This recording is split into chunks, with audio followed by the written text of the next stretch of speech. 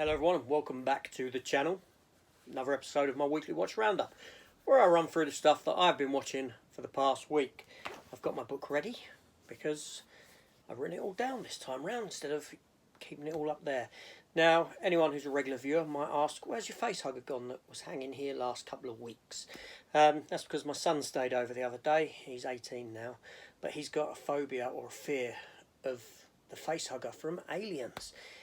This is a fear I instilled in him as a child because I thought it was amusing that when they were asleep that I would put this face hugger over them or next to them, so when they wake up they had a face hugger there. Yeah, and it's still sort of instilled in him, and I can chase him around the house even at 18 with a face hugger. About time he got over that, isn't it? Anyway, things we do as parents. But no, I'd gone and got his new car with him because he passed his driving test. We went and picked it up. He came back here, stayed the night, and we drove it home. I drove it home with him, as in he drove. I was in the car with him. Yeah, so let's just get into what I've been watching this week. Now, okay, the first thing was a movie called Gasoline Alley, which is a Bruce Willis movie, and it also had Owen Wilson's brother in it, Luke Wilson, who has recently been seen in Stargirl. From the director who's directed a lot of stuff with Bruce Willis at the moment, all this rubbish, and this is rubbish. Yes, film's got potential. Its story had potential, but Bruce Willis sleepwalks his way through it like Bruce Willis does nowadays. Luke Wilson acted like at the beginning he didn't know if he was going to be in a comedy or in a serious film. Yeah, it wasn't a good film, and there's a review for it on my channel that was done about 7 days ago. Next up, I watched Escape from LA, which is one of my purchases this week, or last week I should say. Yeah, the sequel to Escape from New York, 4K version. I was very impressed with the transfer. It was fantastic, and it's a film that I have a lot of fun with. Now, I know that it's heavily criticised and it's not as good as Escape from New York, obviously, and it pretty much plays like a remake in that it's a very similar story as that one with the same sort of beats going through it. That being said, it came out in 1997, which was a fantastic time for me. I remember going to cinema a lot around that sort of an era, and I remember my cinema trip for this film. I remember having the poster on my wall at that age, above my bed. Yeah, just Kurt Russell is the character of Snake Plissken. Kurt Russell is just so cool, so cool. If you ever remade these films, I wouldn't be very happy. You know, you could never bring Kurt Russell is Snake Plissken. End of story. So the next thing I watched, TV show called The End Game. Now, this was episode 1 of The End Game, and I have given it a review.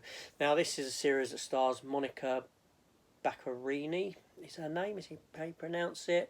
Yeah, you will know her from, she was in Stargate for a little bit. She was in Firefly and Serenity, the movie that followed that. She was in Homeland. She's been in Gotham. She was in the TV series as Diana. I'm talking about the remake one. She was Deadpool's girlfriend in Deadpool 1, Deadpool 2.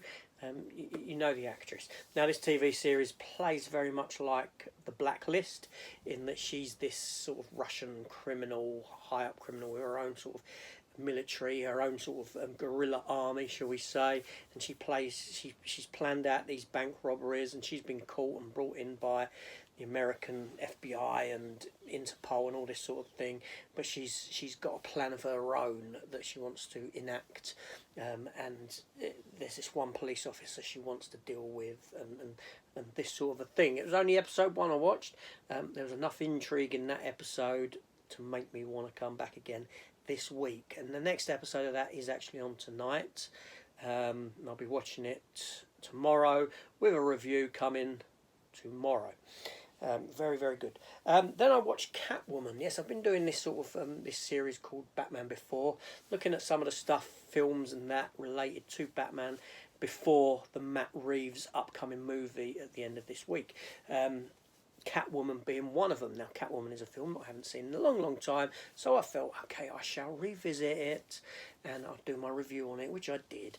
But there's a reason why I haven't revisited Catwoman before. Yeah, or many times. It's not a very good film at all. yeah, Catwoman, isn't it? Come on now, we know that. Then Resident Alien. Next episode of Resident Alien was up. An improvement over the episode a couple of weeks ago. In this one, Harry finds out he's got a daughter. Obviously, it's not his daughter because the real Harry's dead, but the alien's pretending to be Harry. So he learns a bit about fatherhood in this episode. Now, this series had a fantastic first season, a very fresh first season. First season that was wonderful, but this second season, it cracks are showing in the show. That's all I can say. It's lost its freshness appeal. It's not a bad show, but it's doing things wrong, and they need to reevaluate how they're approaching the show and the stories that they're giving you. That's all I can say.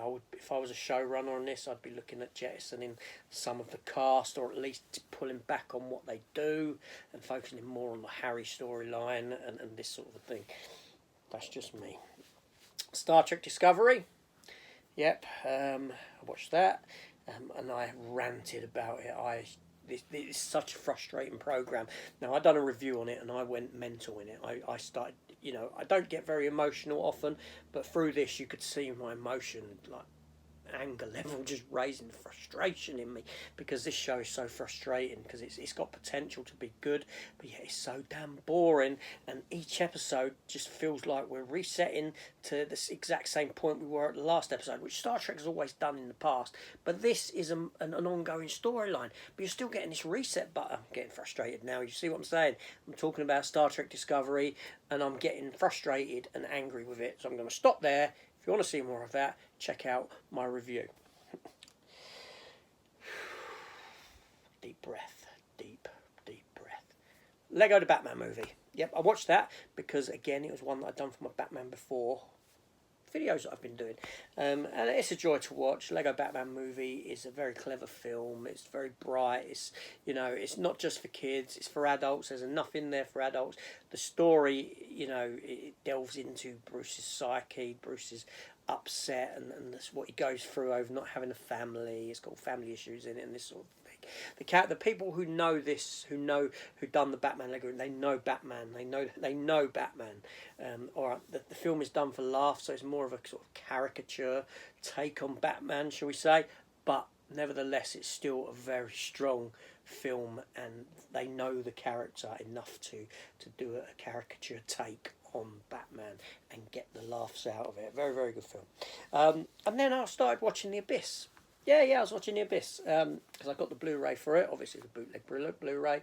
But my God, the transfer on this bootleg Blu-ray is fantastic. It's better than what I've seen on the old DVD, which I have. It just looked beautiful. It really did. I don't know how they've done this, this bootleg. It just looks phenomenal. And a fantastic film from James Cameron. I think it's an underrated film from James Cameron, but on my list of James Cameron films, I put it quite high up. I think it is a wonderful, wonderful film. I always have. Even technologically, it's a wonderful, wonderful film, and how they filmed it, it's just so beautiful and amazing. And the fact that it was all filmed underwater and all this sort of stuff. I love The Abyss. And last but not least is Reacher. Yes, I'm still watching Reacher. I've probably only got a couple of episodes to go now, so by this time next week I will have finished them. We'll have finished that first series, and it's a good first series. I like him as Jack Reacher. I just don't like the way that Jack Reacher knows everything, that he's got the answer to everything, that he knows how to do everything. He just knows everything. He's like a fountain of knowledge, and it's a bit tiring in that sense. That he just is not a guy that's sort of got any faults to him or anything like that. But anyway, so that's it. That's just my roundup of the stuff that I've been watching this week. And so tell me your thoughts. What have you been watching? Have you seen any of this stuff I've watched? Let me know in the comments down below. There we go. This is AJ. Thank you for watching yet again, and I'll see you on the next one. Don't forget to hit the subscribe button, hit the notification bell, and all that stuff. Come and join the channel, and why not? What you got to lose? Come on. See you later.